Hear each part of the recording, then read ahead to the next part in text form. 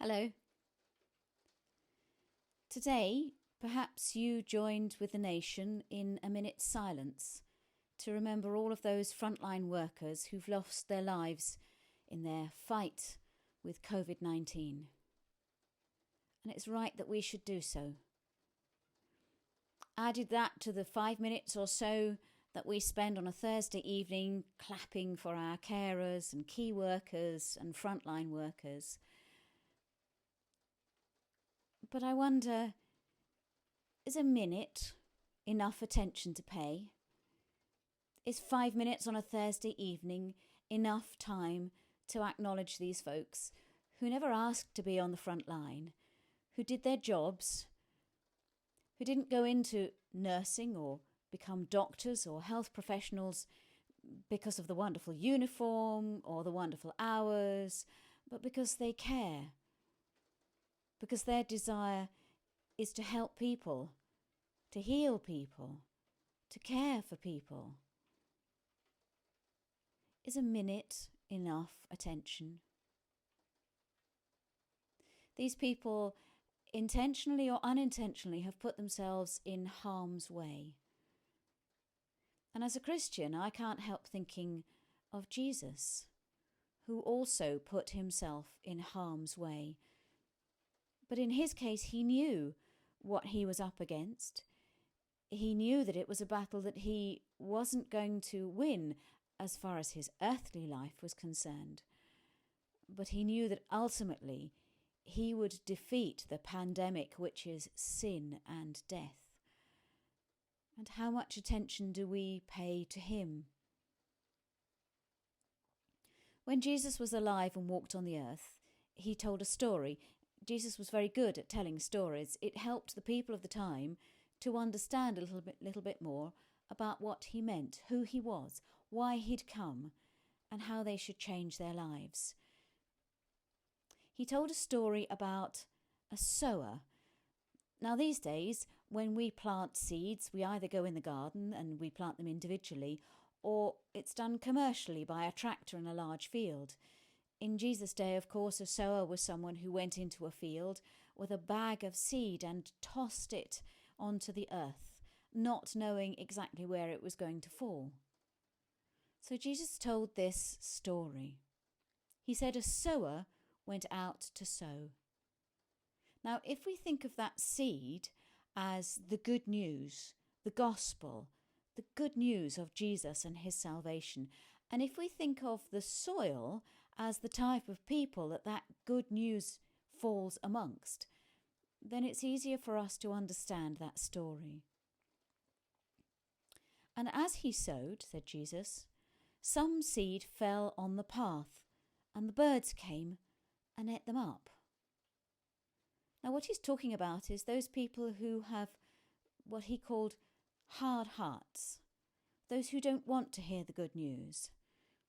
Perhaps they are amongst your family or your friends. And so that good news has no chance of putting it out down roots and growing. Other seeds fell on rocky ground where they did not have much soil, and they sprang up quickly since they had no depth of soil. But when the sun rose, they were scorched, and since they had no root, they withered away. Jesus is talking about people who are initially very enthusiastic. Perhaps they're seeking an experience. They want God to come and solve their problems, solve their issues. But when the sun comes out, when things get harder and more difficult, their needs haven't been immediately met. So that good news withers and dies amongst them and within them. Other seeds, said Jesus, fell amongst thorns, and the thorns grew up and choked them. This is talking about people who are easily distracted, people who have other concerns, people who are unable to prioritize the good news, the gospel of Jesus. Perhaps that's us. Perhaps we're too distracted by just being bored. Perhaps there are too many other things to think about and do, Or perhaps we're just demotivated and find it really hard to concentrate on the things that we should do. Other seeds, said Jesus, fell on good soil and brought forth grain, some 100, some 60, some 30. This is those Christians, those people who become Christians, who hear the good news, who place it in their hearts and their minds, who place it in their thinking and on their lips, those who continue to live as Jesus would have us live. Now, maybe you've been a Christian for many years. Maybe this is you. Can I remind you that Jesus is expecting a harvest from you, 100-fold, 60, or 30-fold? I have come, said Jesus, that you may have life and have it to the full. And yet, how much attention do we give Jesus? If we're giving those who we might know, those on our front lines, only a minute today, perhaps 5 minutes on a Thursday, how much attention do we give to someone who lived 2,000 years ago and might even seem irrelevant to us now? Can I encourage you to do two things?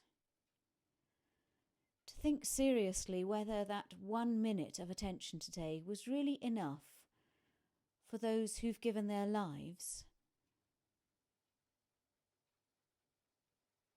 and to think whether the time that you give to Jesus, who brought you salvation, who bought you salvation at the cost of his own life, whether that time is sufficient.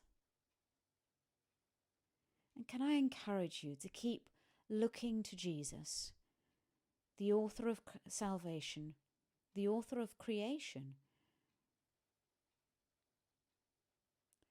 And may God bless you, and may he keep you, and may he make his face shine on you this week and give you the peace that you deserve. Keep safe.